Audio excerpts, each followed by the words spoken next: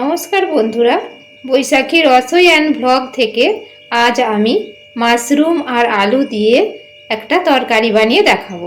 আপনারা দেখতে থাকুন।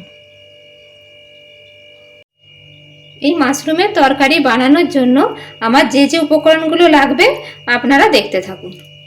এখানে মাশরুম নিয়েছি আমি, এখানে নিয়েছি আমি আলু টুকরো করে, এখানে আছে ধনেপাতা, টমেটো কুচি, রসুন, আদা আর অল্প একটু কোঁচানো পেঁয়াজ, আর আছে একটা কাঁচা লঙ্কা।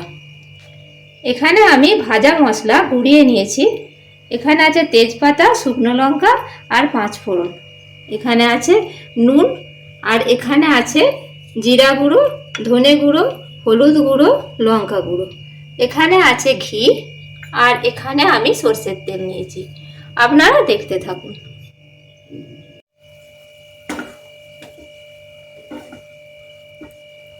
মাশরুমটা এখন জলের মধ্যে ফুটছে। মাশরুমটা আমার জলের মধ্যে ফোটানো হয়ে গেছে। এবার আমি মাশরুমটা এখান থেকে তুলে নেব। এবার আমি এই কড়াইয়ের মধ্যে একটু তেল ঢেলে নিচ্ছি।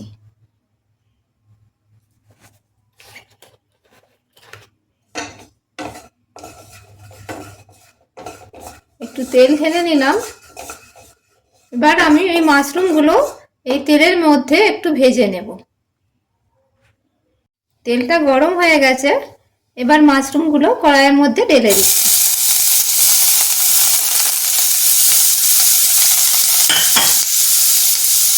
একটু এখানে নুন ছড়িয়ে দিচ্ছি, আর একটু আমি হলুদ ছড়িয়ে দেব। একটু হলুদ ছড়িয়ে দিলাম।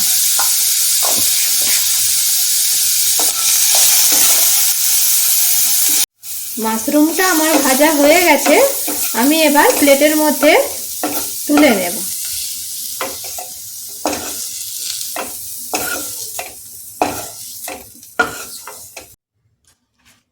আবার আমি কড়াইয়ের মধ্যে আর একটু তেল নিচ্ছি। এবার আমি আলুগুলো ভেজে নেব ওই তেলের মধ্যে।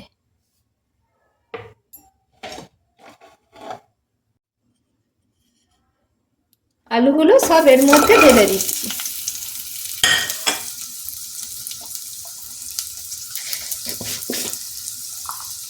আর একটু হলুদ দিয়ে দিচ্ছি।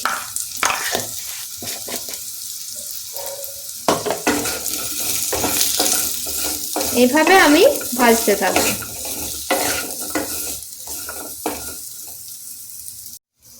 আলুগুলো আমার ভাজা হয়ে গেছে। এবার আমি আলুগুলো কড়াই থেকে তুলে রাখবো প্লেটের মধ্যে।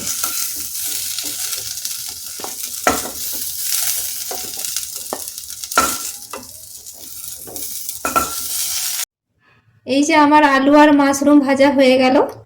এবার আমি এই কড়াইয়ের মধ্যে মশলা বানাবো। সেজন্য একটু সরষের তেল নিয়ে নিলাম।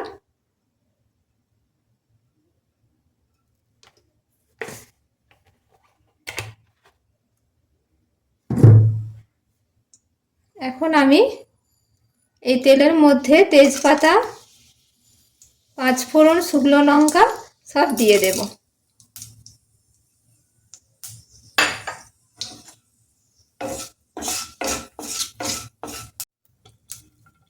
এবার আমি পেঁয়াজগুলো এর মধ্যে দিয়ে দেব।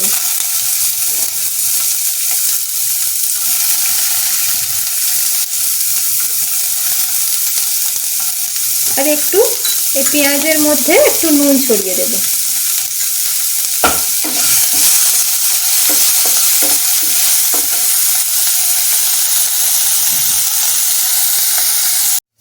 পেঁয়াজগুলো আমার একটু ভাজা হয়ে গেছে। এবার আমি এর মধ্যে একটু টমেটো কুচি দিয়ে দিচ্ছি।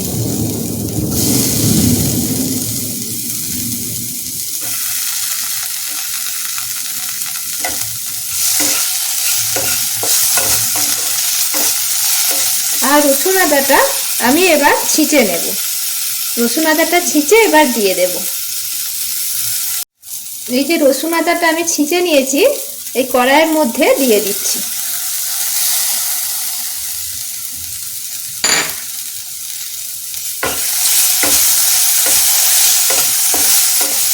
একটু ভাজতে থাকবো। পেঁয়াজ রসুন আদাটা আমার একটু ভাজা হয়ে গেছে। আমি এবার এই মশলাগুলো সব দিয়ে দেবো। এখানে জিরা গুঁড়ো, ধনে গুঁড়ো, হলুদ গুঁড়ো, লঙ্কা গুঁড়ো নিয়েছি, এগুলো সব এই কড়াইয়ের মধ্যে ঢেলে দিচ্ছি। এবার আমি এর মধ্যে একটু জল দেব।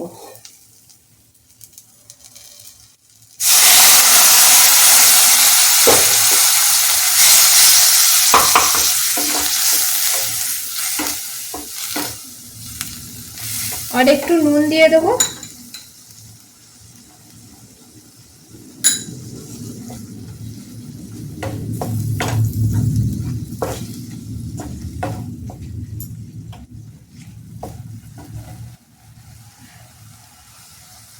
মশলাটা আমার কষানো হয়ে গেছে। এবার আলু আর এই যে মাশরুম ভেজে আমি তুলে রেখেছিলাম, এটা আমি এর মধ্যে দিয়ে দিচ্ছি।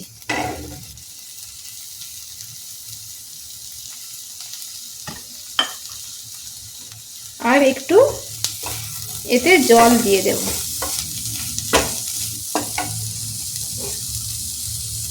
একটু জল দিয়ে দিলাম।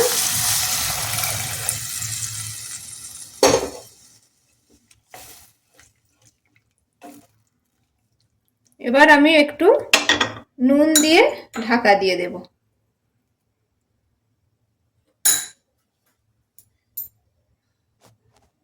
আমি ঢাকাটা দিয়ে দিয়েছি, এবার এটা সিদ্ধ হয়ে যাক। আলুটা তো সিদ্ধ হয়ে গেছে।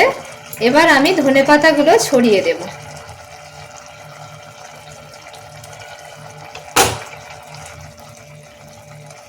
ধনেপাতাগুলো দিয়ে দিলাম, দিয়ে একটু ঢাকা দিয়ে দেব।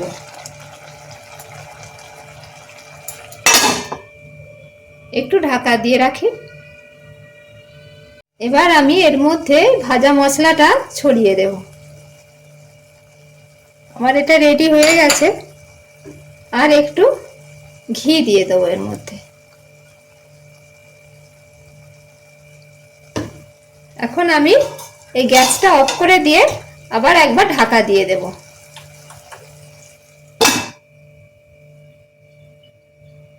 আমি ঢাকা দিয়ে দিলাম।